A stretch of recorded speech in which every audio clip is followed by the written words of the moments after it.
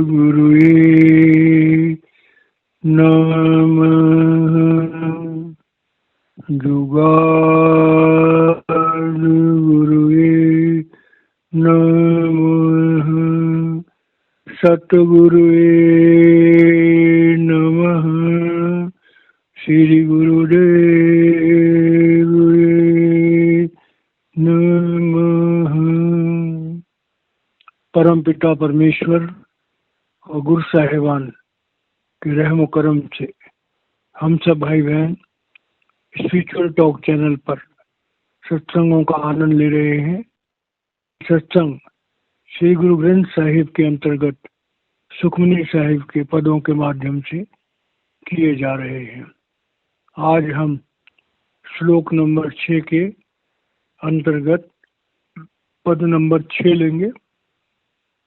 पहले उसका उच्चारण करेंगे और फिर उसके भावार्थ को समझने का प्रयास करेंगे। गौड़े सुखमणि महला 5वां श्लोक 6। काम क्रोध अर लोभ मोह विनश जाय अहमेव। नानक प्रभु शरणागति कर प्रसाद गुरुदेव। पद 6। यह प्रसाद सुनहि करन नाद। यह प्रसाद पेखहि विस्माद। यह प्रसाद बोलहि अमृत रसना। यह प्रसाद सुख सहजे बसना। यह प्रसाद हसत कर चलहि। यह प्रसाद संपूर्ण फलहि। यह प्रसाद परम गति पावहि। यह प्रसाद सुख सहज समावहि। ऐसा प्रभु त्याग अवर कत लागहूँ। गुरु प्रसाद नानक मन जागहूँ। प्यारे भाई और बहनों, जब भी हम धर्मशास्त्रों को पढ़ते हैं तो धर्मशास्त्रों के हर पद में, हर अध्याय में, हर शब्द में हमें कुछ न कुछ नया सीखने को मिलता है। महापुरुष जब दुनिया में आते हैं तो वो प्रभु के भेजे हुए आते हैं और वो परमपिता परमेश्वर जिसने अपने अंशों को अपने से अलग किया था और उन्हें जीव रूप में बनाकर, जीव आत्माओं के रूप में बनाकर संसार में 84 लाख योनियों में बसने के लिए भेजा था। वो परमात्मा ये देखता है कि मेरी किन आत्माओं को मेरे प्यार की जरूरत है, किन आत्माओं को मुझे वापस अपने पास बुलाना होता है। जब प्रभु ने कुछ खास तादाद में आत्माओं को अपने पास वापस बुलाना होता है, तब परमात्मा अपनी गोद में बैठे हुए किसी अपने प्यारे पुत्र को इस दुनिया में मनुष्य का चोला धारण करा करके भेजता है और कहता है, जाओ मनुष्यों के बीच में मनुष्य बनकर रहो और उन्हें मनुष्य जीवन के महत्व को समझाओ और उन्हें वापस लेकर के आओ। तो महापुरुष जिन्हें हम कहते हैं वो महापुरुष उस परम पिता परमेश्वर की पूरी जानकारी रखते हैं और शरीर में हम लोगों की तरह, एक आम इंसान की तरह शरीर में काम करते हैं। देखने में एक महापुरुष में और एक साधारण इंसान में कोई खास फर्क नजर नहीं आता, लेकिन जो सिफत महापुरुषों के अंदर होती है कि वो अपनी आत्मा को जब चाहे मन इंद्रियों से छुड़ा करके उस प्रभु के घर में जा सकते हैं और जब चाहे वापस आ सकते हैं। तो श्री गुरु अर्जुन देव जी महाराज जी इस पद के माध्यम से हम इंसानों को एक ऐसा ज्ञान दे रहे हैं जिसको अक्सर हम भुला चुके हैं। दुनिया में हम जीते हैं, अगर कोई इंसान हमसे पूछे कि भाई आप कौन हैं, तो अक्सर कोई इंसान जो है वो अपना नाम बताता है और वो नाम जो है उसके इस पंच भौतिक शरीर को उसके माता पिता ने, उसके बुजुर्गों ने दिया होता है। थोड़ी बहुत समझ हमें अपने मन की होती है, क्योंकि मन के द्वारा संकल्प और विकल्प पैदा होते हैं, मन के द्वारा हमें कुछ करने की प्रेरणा मिलती है। लेकिन मन के दायरे में रह करके हम संसार की इस भौतिक जगत की चकाचौंध में रम जाते हैं और हमें सिर्फ इतना ही पता लगता है कि हमें भोजन खाना चाहिए, हमें सोना चाहिए, हमें शरीर को तंदुरुस्त रखना चाहिए, हमें अपने मन को इंफॉर्मेशंस देनी चाहिए। तो शरीर और मन की जानकारी अक्सर हम लोगों को हो जाती है और शरीर और मन के दायरे में हम काम करते रहते हैं। लेकिन जो आत्म सत्ता जिसके दम पर ये शरीर काम कर रहा है, ये इंद्रियां काम कर रही हैं, ये मन काम कर रहा है, उस प्रभु सत्ता को अक्सर इंसान नहीं जान पाता है, क्योंकि उसे हम आत्म शक्ति कहते हैं। अब उस आत्म शक्ति के प्रभाव को समझना, उस आत्म शक्ति के महत्व को समझना, ये महापुरुषों का काम होता है। और महापुरुष आकर के सीधा आत्मा के लेवल पे बात करते हैं। इसीलिए फकीर ने कहा है कि जिक्र रूही जुज फने दरवेश निष्ठ, कहते हैं आत्मा का जिक्र जो है वो कोई एक महापुरुष ही कर सकता है। और कौन सा महापुरुष? कि जो उस परमात्मा को जानता हो।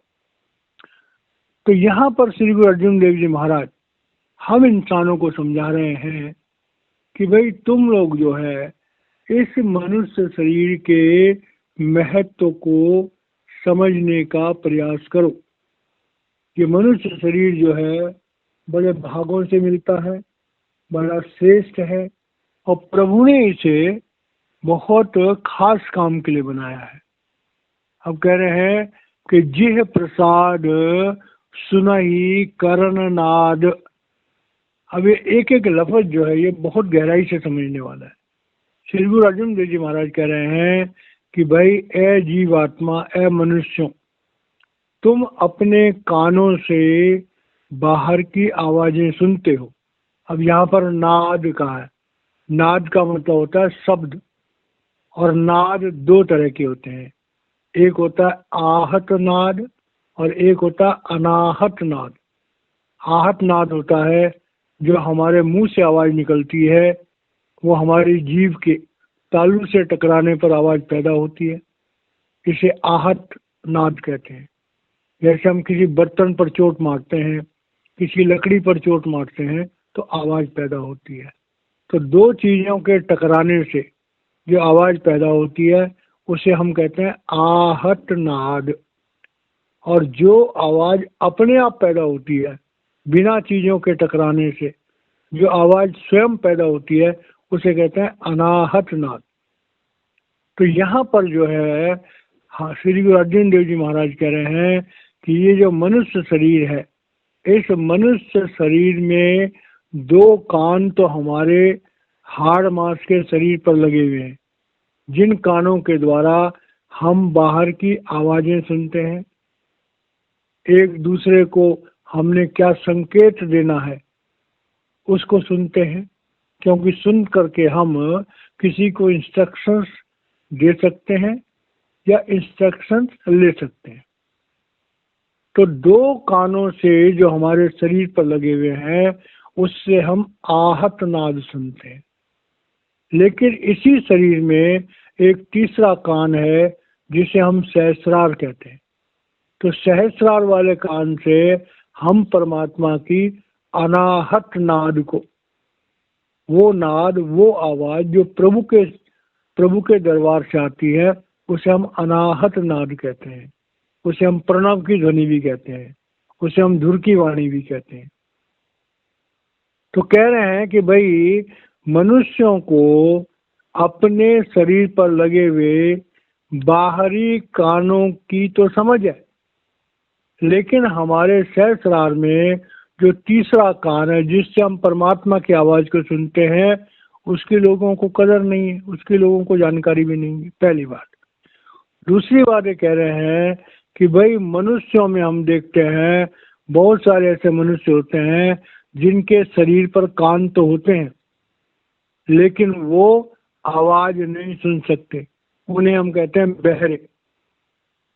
तो ऐसे लोग भी होते हैं कि जिनके मनुष्य शरीर पर दो कान तो लगे हुए हैं बाहर, लेकिन वो आवाज नहीं सुन सकते, उन्हें हम डोरे कहते हैं, उन्हें हम बहरे कहते हैं। तो जो इंसान बहरा है,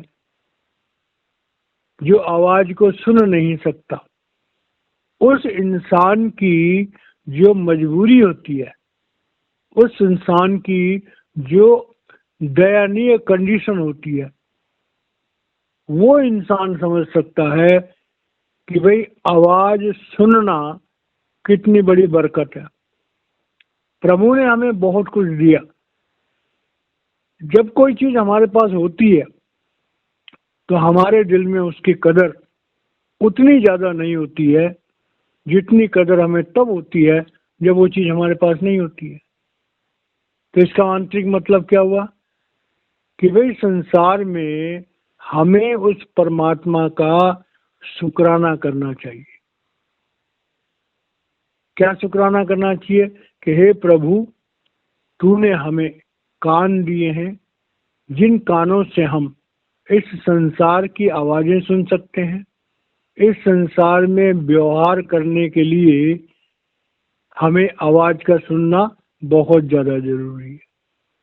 और तेरी ही कृपा है कि तूने हमें वो दिव्य कान भी दिया है जिस कान के द्वारा हम प्रभु की आवाज को सुन सकते हैं।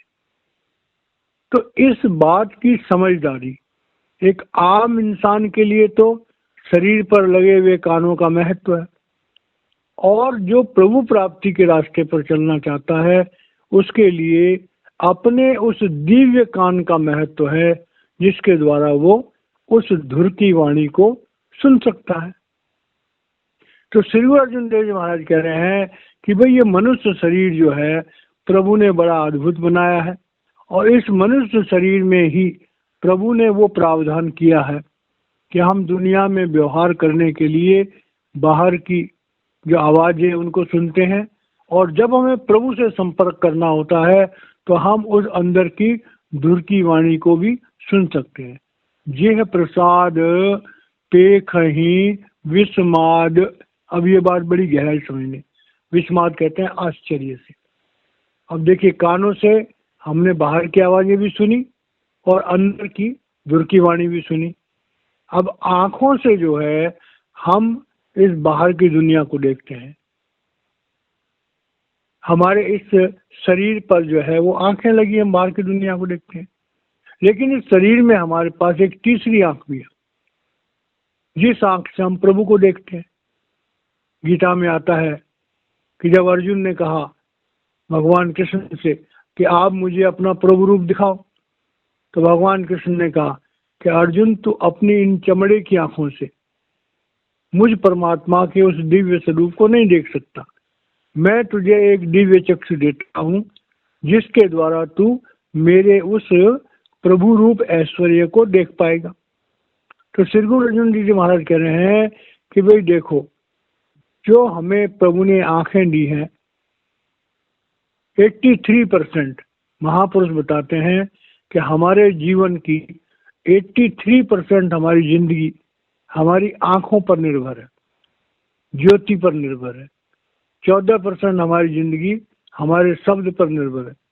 तो हमारी जो आंखों की उपयोगिता हमारे जीवन में है वो 83% है। अब 83% जो हमारी आंखें हैं, उन आंखों के द्वारा हम इस संसार को देखते हैं। हमारे आंखों में ज्योति होती है तो हम संसार को अलग अलग रंगों में देखते हैं, अलग अलग रूपों में देखते हैं और संसार में व्यवहार करते हैं। और इस शरीर पर ही हमारा जो तीसरा नेत्र है, दिव्य चक्षु, उसके द्वारा हम उस प्रभु की उस दिव्य दुनिया को, उस अचरज भरी दुनिया को देखते हैं। तो यहाँ पर जो लफ्ज विस्माद का है, उसका मतलब क्या हुआ कि हम अपने शरीर पर लगी हुई जो ये चमड़े की आंखें, इन आंखों से हम संसार के, इस भौतिक जगत के सारे दृश्यों को देखते हैं, सारी चीजों को देखते हैं। लेकिन इसी शरीर पर हमारी एक तीसरी आंख भी है, जिस आंख के द्वारा हम उस प्रभु की दुनिया को देखते हैं। हम उस प्रभु की दुनिया के उन विस्मयकारी, उन अचरज भरे दृश्यों को देखते हैं जो कि उन दिव्य लोकों में हमें दिखाई देते हैं। तो श्री गुरु अर्जुन देव जी महाराज कह रहे हैं कि भाई ये मनुष्य शरीर जो है प्रभु ने बड़ा अद्भुत बनाया है। इसमें, इस पिंड के देश में व्यवहार करने के लिए आंखें दी है प्रभु ने, लेकिन इस मनुष्य शरीर के अंदर ही सारे दिव्य लोक मौजूद हैं और उन दिव्य लोकों को देखने के लिए प्रभु ने हमें जो है वो एक दिव्य आंख दे रखी है, दिव्य चक्षु दे रखा है। तो कह रहे हैं कि उस परमात्मा की कृपा से ही हमारा वो दिव्य चक्षु खुलता है। यह प्रसाद बोल ही अमृत रसना। अब तीसरी है हमारे बोलने की, एक तो सुनने की शक्ति है, अब बोलने की शक्ति है। अब बोलने की शक्ति से देखो कि भाई हमारे जीवन में अगर हम बोल नहीं पाते तो हमारे जीवन में बड़ी अड़चनें पैदा हो जाती हैं, उसे हम गूंगा कहते हैं। अब जो इंसान गूंगा है, उस इंसान से पूछो कि जो हमारी बोलने की आवाज़ है, जो बोलने की शक्ति है, उसका कितना बड़ा महत्व है।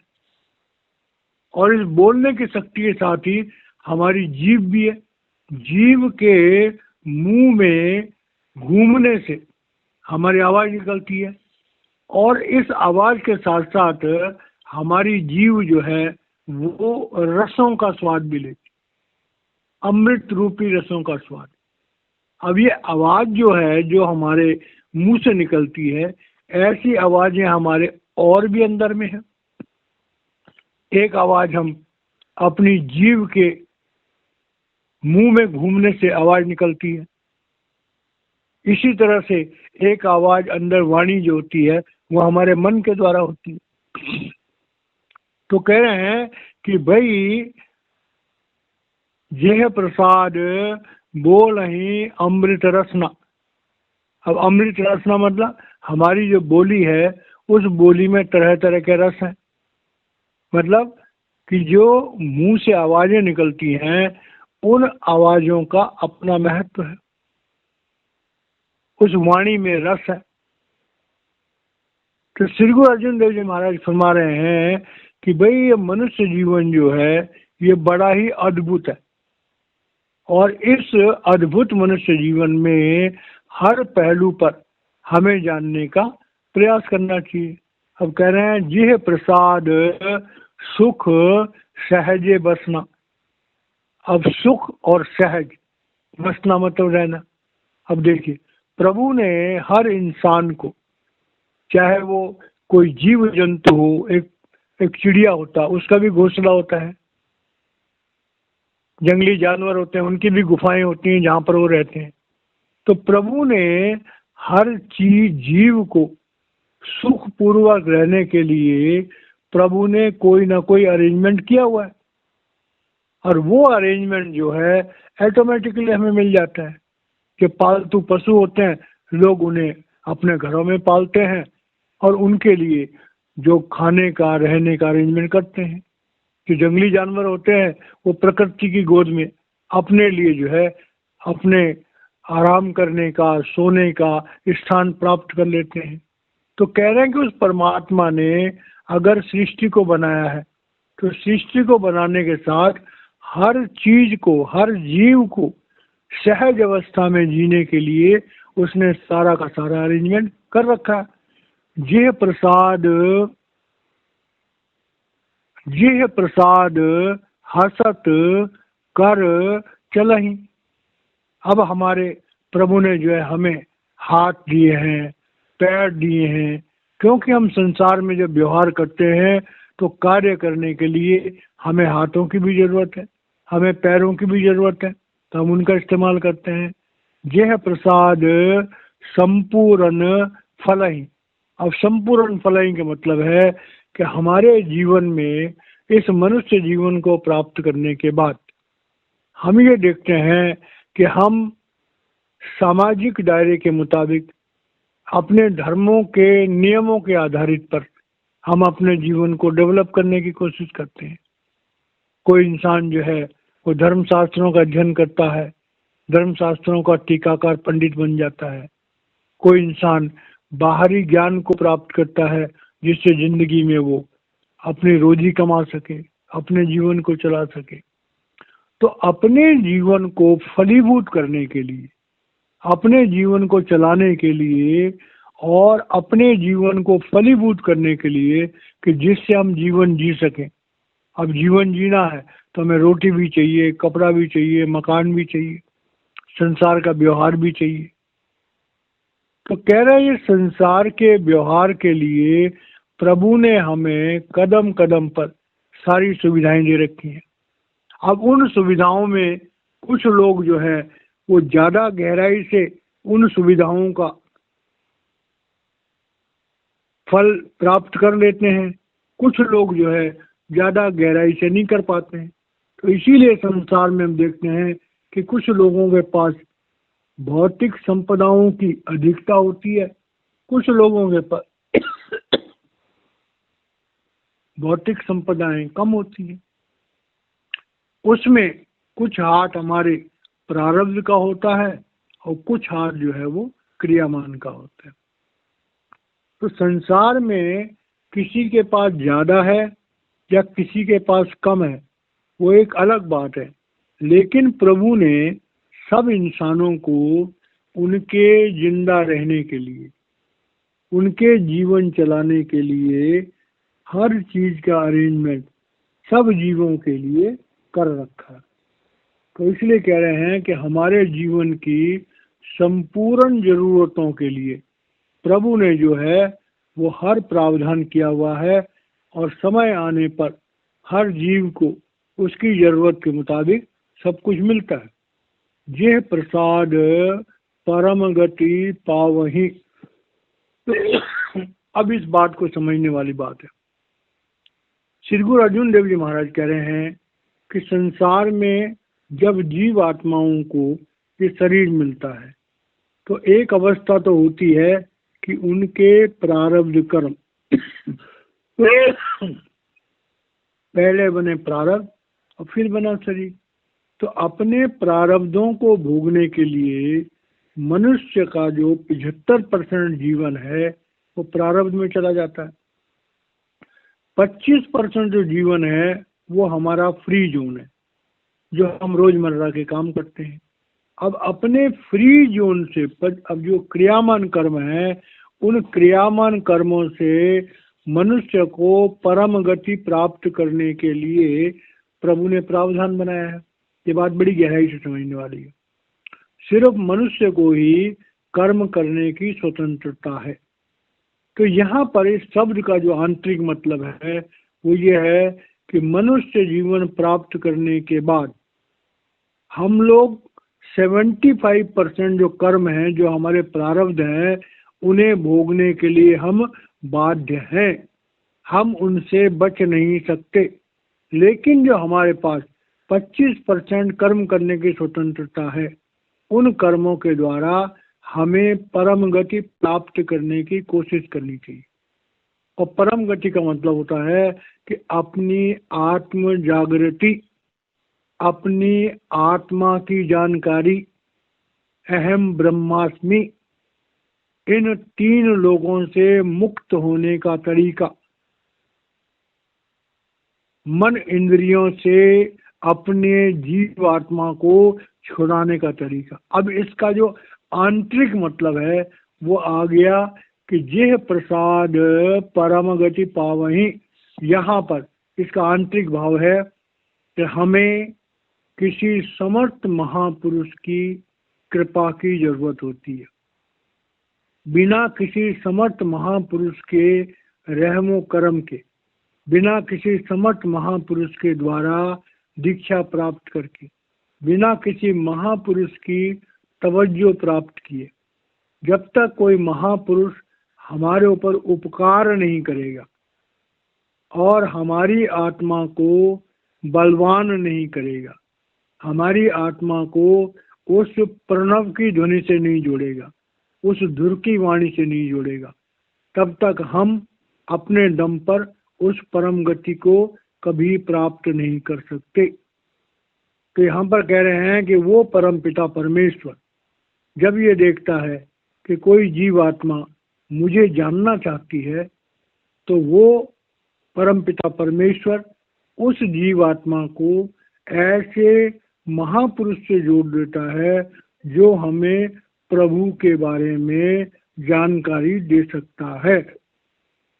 और जब हमें किसी महापुरुष से परमात्मा के बारे में जानकारी मिलती है, तब हम महापुरुषों के आदेश को मानते हुए जब हम नाम सिमरन करते हैं, तो हम अपने शरीर में अपनी आत्मा को पहचानने वाले हो जाते हैं। तो यहाँ पर जो परम गति है वो है अपने आत्म तत्व को पहचानना, कि जिस परमात्मा, जिसकी कृपा से जेह प्रसाद परम गति पावहीं, जेह प्रसाद सुख सहज समावहीं। अब ये बात बड़ी गहराई समझिए।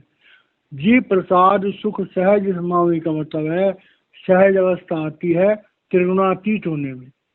ब्रह्म लोक को लांग करके जब जीव आत्मा प्रभम के देश में जाती है, तब वहाँ पर सहज अवस्था मिलती है। श्री गुरु अर्जुन देव जी महाराज कह रहे हैं कि हमारे जीवन में एक समर्थ महापुरुष होना चाहिए। जब समर्थ महापुरुष से हमें नामदान मिलता है तो हमारी आत्मा जागृत होती है। जब हम गुरु के दिए हुए नाम को जपते हैं तो हमारे अंदर में पहले गुरु का शब्द रूप प्रकट होता है, उसके बाद गुरु का नूरी रूप प्रकट होता है।